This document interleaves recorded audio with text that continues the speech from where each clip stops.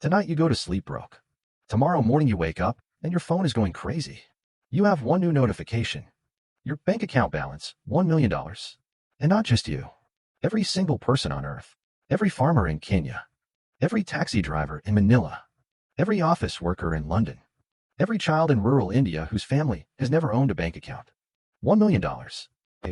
In the next 60 seconds, you're going to think this is the greatest moment in human history. By the end of this video, you're going to realize it is the beginning of the worst economic collapse humanity has ever seen.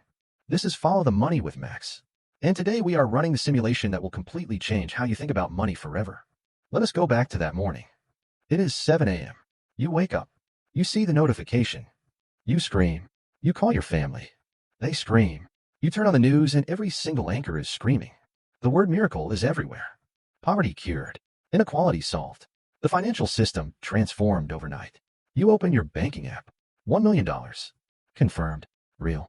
And your first thought, your very first instinct, is completely human. You want to spend it.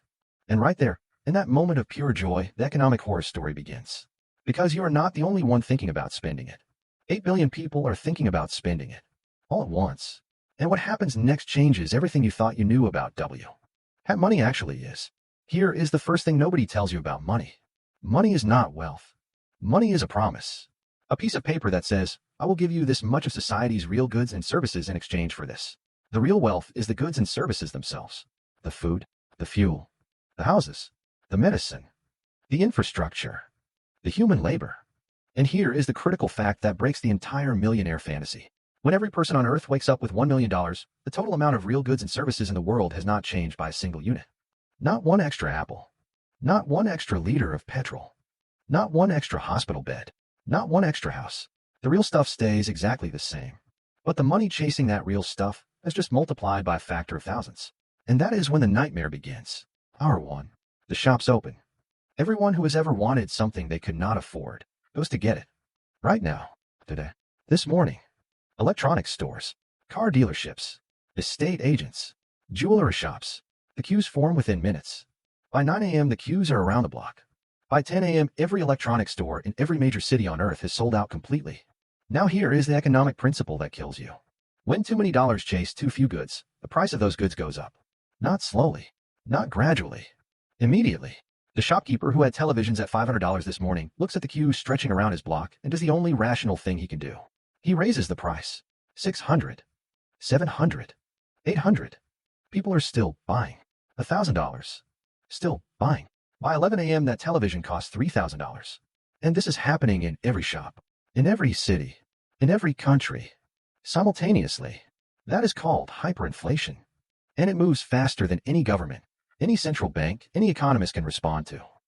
By noon on day 1, the supermarket is the most dangerous place on Earth. Not because of crime. Not yet. Because of mathematics. Every person on Earth now has $1 million and wants to buy food. The supermarket that stocked enough food for its normal daily customer flow now has every customer it will serve in a month trying to buy everything simultaneously. The shelves are empty by noon. Not picked clean slowly. Empty in under 3 hours. And now the restock problem begins. The supermarket manager picks up the phone. Calls the distribution warehouse. Orders an emergency restock. The warehouse manager has a problem. His truck drivers just became millionaires this morning. Why would a truck driver who now has $1 million wake up at 4 a.m. to drive a lorry full of groceries? He would not. The truck drivers are not coming in. The farmers are not harvesting. The factory workers are not on the production line. The dock workers are not unloading the cargo ships. Because every single one of them just became a millionaire. And not one of them needs to work today. This is the supply chain problem that economists call the labor withdrawal shock. When everyone becomes wealthy simultaneously, the people who do the physical work that keeps civilization running stop doing it. Overnight. And civilization runs on physical work. By hour 12 of your millionaire morning, the global supply chain is in free fall. Fuel is running out because the refinery workers went home. Medicine is disappearing from hospital shelves because the pharmaceutical factory workers clocked out and did not come back. Water treatment plants are operating on skeleton crews because the engineers who maintain them are booking holidays. Here is the terrifying part. You have $1 million in your account. But you cannot buy food because the shelves are empty. You cannot buy fuel because the pumps have run dry. You cannot call a doctor because the clinic is closed. Your $1 million is sitting in your bank account. And it is completely useless. Because money only has value when the real world keeps functioning behind it. And the real world just stopped. By day 2, the governments of the world are in emergency session. every finance minister, every central bank governor, every economic advisor. They all know what is happening. They have seen it before. Not at this scale. Never at this scale. But they have seen it. Weimar Germany, 1923. After World War I, Germany owed impossible reparations to the Allied powers. To pay the debt, the German government did what desperate governments always do. They printed more money. More and more and more. And as they printed, prices rose. And as prices rose, they printed more to keep up. By November 1923, $1 was worth 4.2 trillion German marks. A loaf of bread cost 200 billion marks. People were burning banknotes for heat because the paper was worth more as fuel than as currency. Workers were paid twice a day, so they could spend their wages before the afternoon price increases made the morning's pay worthless. Women who washed their husband's clothes needed to be careful. If they left money in his trouser pocket overnight, by morning it was worth nothing. This is what hyperinflation looks like in practice. And this is exactly what begins on day 2 of your millionaire world. Zimbabwe, 2008. The Zimbabwean government printed money to solve its economic problems. At peak hyperinflation, Zimbabwe's monthly inflation rate reached 79 billion%. The central bank issued a $100 trillion note. You could not buy a bus ticket with it. People stopped using Zimbabwean dollars completely. They switched to barter. They traded physical goods directly for other physical goods. Cigarettes became currency. Soap became currency. Sugar became currency. The government's printed money had died. The things that kept you alive had taken its place. And this is the lesson that your millionaire morning teaches. When paper money fails, real assets survive. Not stocks. Not bonds. Not your bank balance. The things that keep human beings alive. Food, water, fuel, medicine, tools, skills. And one more thing that has held value through every currency collapse in 5,000. In the years of human history.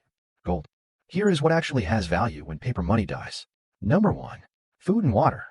Every currency collapse in history has ended with food becoming the primary medium of exchange. The person with a functioning farm survives. The person with $1 million bank balance and empty shelves does not. Number 2. Fuel and energy. Petrol, gas, firewood, solar panels. Anything that generates or stores energy becomes extraordinarily valuable when supply chains fail. Number 3. Practical skills. The plumber who can fix your pipes. The farmer who can grow food. The mechanic who can keep vehicles running. In a collapsed economy, these people become the new wealthy class, not the stock trader with $1 million portfolio. Number 4. Gold and silver. This is the one that matters for the long term. Gold has survived every single currency collapse in recorded history. Weimar Germany, Zimbabwe, Venezuela, Argentina, ancient Rome, the French Revolution. Every single time paper money dies, gold holds value. Not because gold is intrinsically useful as a physical material, but because 8,000 years of human civilization have collectively agreed that gold represents stored value in a way that paper never can. Gold cannot be printed. Gold cannot be inflated away. Gold cannot be created by a government decree at 3 a.m. And that is why, in every economic collapse, gold moves first. Now here is the most important thing Max needs you to understand. This video was a thought experiment. But the forces that drive it are completely real. Government money printing is happening right now. Not at the scale of our simulation. But the mechanism is identical. Governments around the world have been expanding their money supply for decades. And every time money is created faster than real goods and services are produced, prices go up. That is inflation. And inflation is the quiet version of what happened in our simulation. The scenario we ran today is extreme. But its underlying lesson is something every financially intelligent person already knows. Money is only as valuable as the real economy behind it. The moment the real economy falters, the money falters with it. And the people who understand this are the people who protect themselves from it. My name is Max. You have been watching Follow the Money. If this video made you think differently about what money actually is, share it. Because most people spend their entire lives working for something they have never stopped to question. Subscribe. Because next video we answer the question you are definitely asking right now. If money can die, what should you actually do with yours? The answer might surprise you. Follow the money.